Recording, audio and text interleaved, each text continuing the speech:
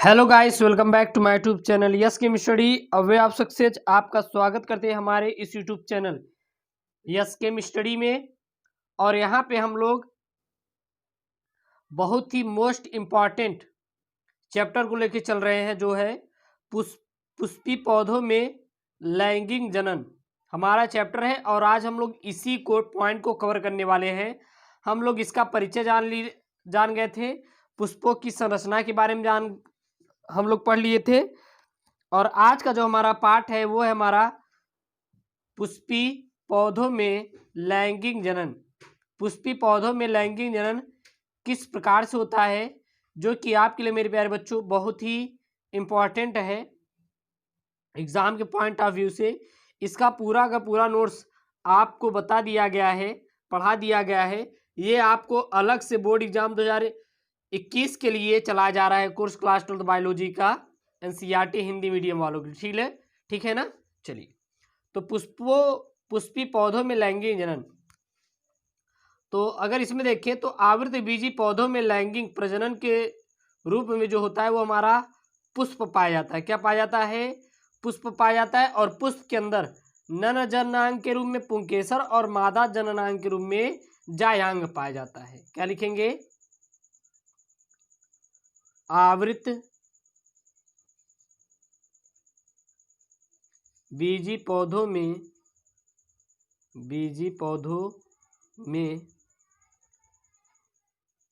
लैंगिक प्रजनन अंग के रूप में पुष्प पाया जाता है। क्या पाया जाता है? हमारा पुष्प पाया जाता है। पुष्प के अंदर नर जननांग के रूप में पुंकेसर तथा मादा जननांग के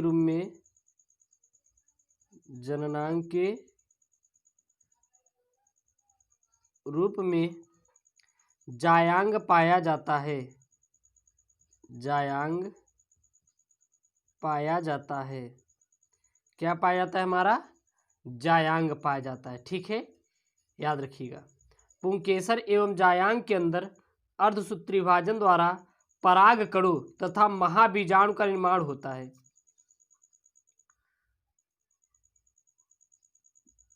पुंकेसर एवं जायांग के अंदर अर्धसूत्री विभाजन द्वारा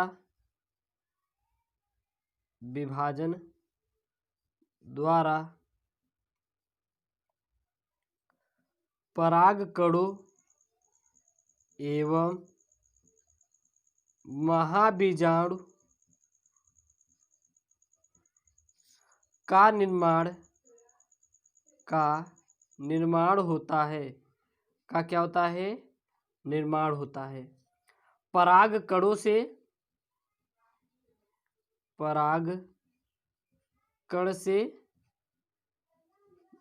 युग्मकोद्भिद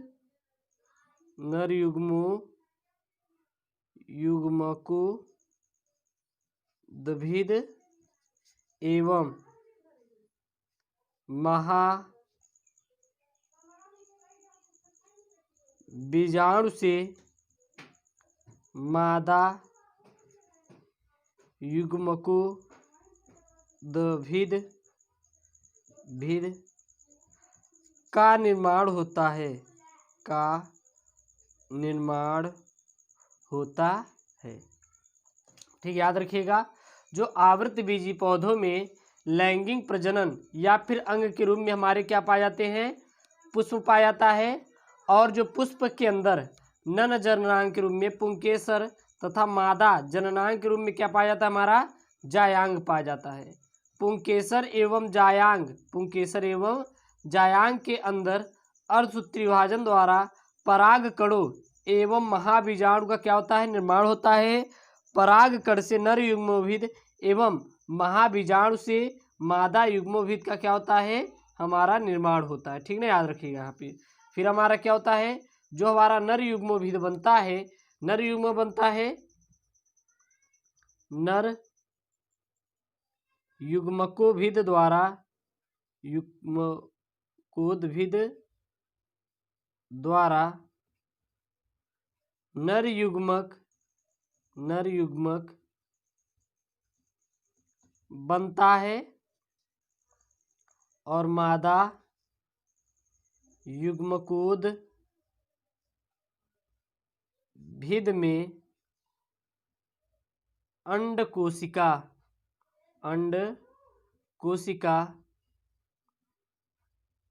बनती है। ठीक है ना। नर युग्मक एवं अंड युग्मक के सम्मेलन को युग्मनज कहते हैं। क्या लिखेंगे, नर युग्मक एवं अंड के संयुग्मन को या फिर संयुग्मन से युग्मनज बनता है। तो युग्मनज का कैसे निर्माण होता है, जब हमारा कोई भी नर युग्मक एवं अंड का जब संयुग्मन होता है तो वहाँ पे हमारा क्या निर्माण होता है, युग्मनज का निर्माण होता है, यानी कि युग्मनज बनता है। और निषेचन के पश्चात युग्मनज युक्त बीजांड को बीज कहते हैं। निषेचन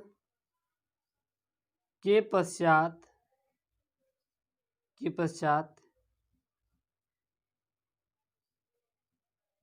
युग्मनज युक्त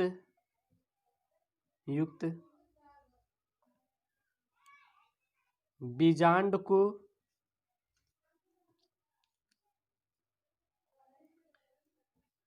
बीज कहते हैं। इसको क्या कहा जाता है, बीज कहा जाता है। बीज किसको कहते हैं, जो निषेचन के पश्चात जो हमारा युग्मनज युक्त बीजांड बनता है उसको हम बीज कहते हैं, जिसके अंकुरण से नए बीजाणुद्भिद का विकास होता है। जिसके अंकुरण से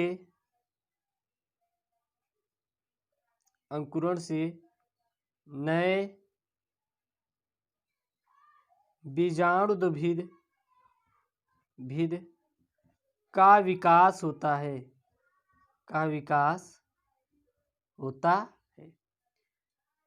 ठीक है, ये आपके लिए बहुत इंपॉर्टेंट है, इतना आप लोग डाल लीजिए। चलिए हम लोग आगे देखते हैं। मेरे प्यारे दोस्तों, जो हमारा अगला आता है वो आता है हमारा पुमंग। अब हम इसमें पुमंग के बारे में डिटेल से जानेंगे। हमारा पुमंग क्या होता है, तो पुमंग जो होता है यह आवृत्त बीजी पौधों में नर जननांग के रूप में पुमंग पाया जाता है। आवृत्त बीजी पौधों में हमारा क्या पाया जाता है, नर जननांग के रूप में पुमंग पाया जाता है। और पुमंग की इकाई को पुंकेसर कहते हैं, जो कि लघु बीजाणुपर्ण कहते हैं। तो चलिए लिखते हैं इसको,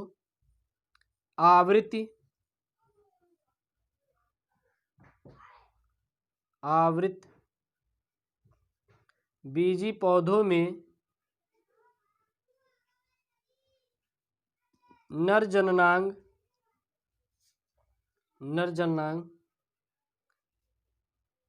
के रूप में पुमंग पाया जाता है। पुमंग की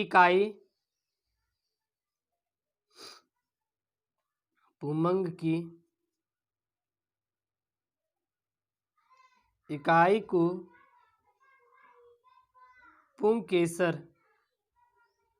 पुंकेसर या लघु बीजाणुपर्ण कहते हैं। इसे ही और कहा जाता है हमारा लघु बीजाणुपर्ण के नाम से भी जानते हैं। पुंकेसर में अर्धसूत्री विभाजन द्वारा परागकण अथवा लघु बीजाणु उत्पन्न होते हैं। पुंकेसर में पुंकेसर में अर्धसूत्री विभाजन द्वारा परागकण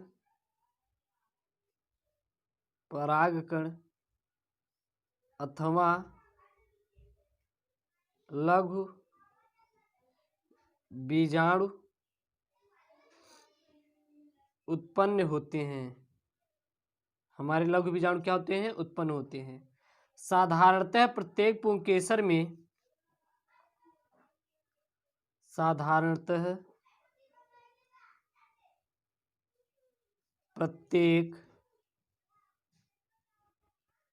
पुंकेसर में बीजाणुयुक्त भाग परागकोश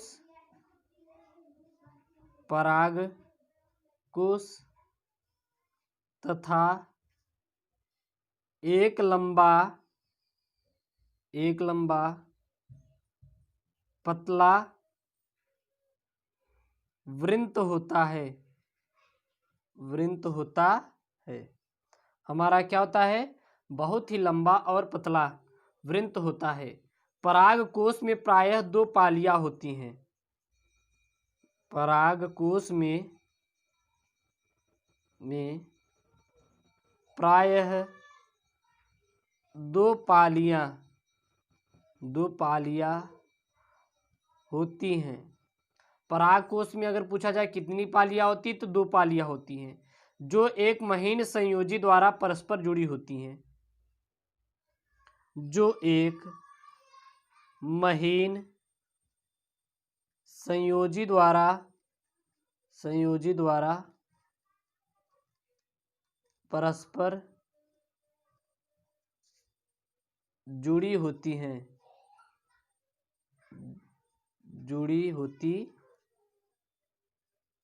ओके, जुड़ी होती हैं। आगे हमारा क्या होगा? जुड़ने के बाद मान लीजिए हमारी क्या होती है? जुड़ी होती हैं। संयोजी संवहन में बंडल होता है। संयोजी में संवहन बंडल होता है, ठीक ना। दो पालियां युक्त परागकोश को द्विकोष्ठी परागकोश कहते हैं। अगर कोई बोले कि द्विकोष्ठी परागकोश क्या होता है? जो पालियां होती, दो पालियां युक्त परागकोश को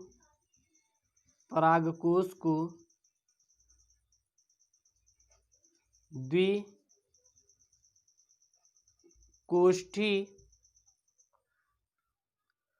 परागकोश कहते हैं। क्या कहते हैं हम लोग?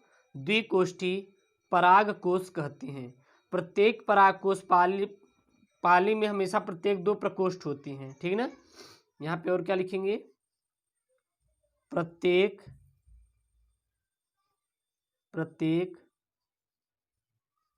परागकोश पाली में प्रायः दो प्रकोष्ठ होते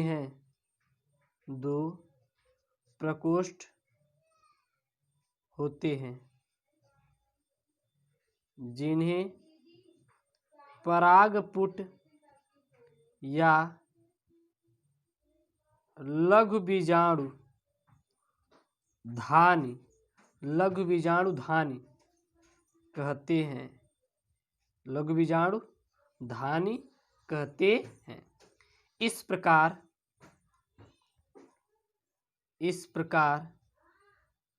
प्रत्येक परागकोश में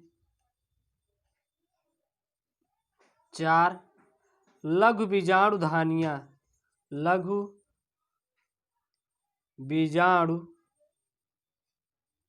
धानियां होती हैं। लघु बीजाणु धानियां होती हैं, परंतु मालवेसी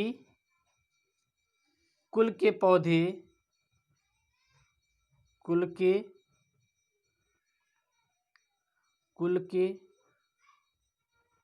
पौधे जैसे गुड़हल, कपास आदि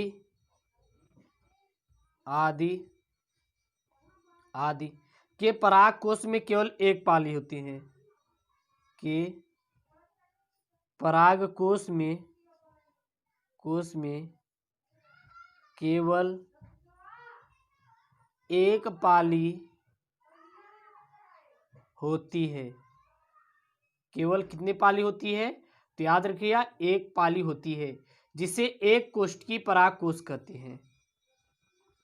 जिसे एक कोष्ठ की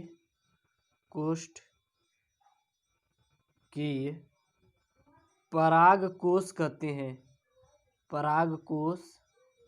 कहते हैं।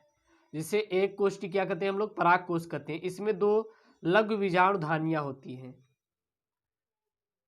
इसमें 2 लघु बीजाणु धानियां होती हैं। ठीक है, तो मेरे प्यारे दोस्तों, आज की वीडियो में इतना हम लोग जानेंगे। अगले वीडियो में इसके आगे वाला पार्ट देखें। तो वर्ष 2021 के लिए आप तैयारी कर रहे हैं क्लास 12th से, तो हमारे चैनल को जरूर सब्सक्राइब करिए। ओके दोस्तों, थैंक यू, जय हिंद।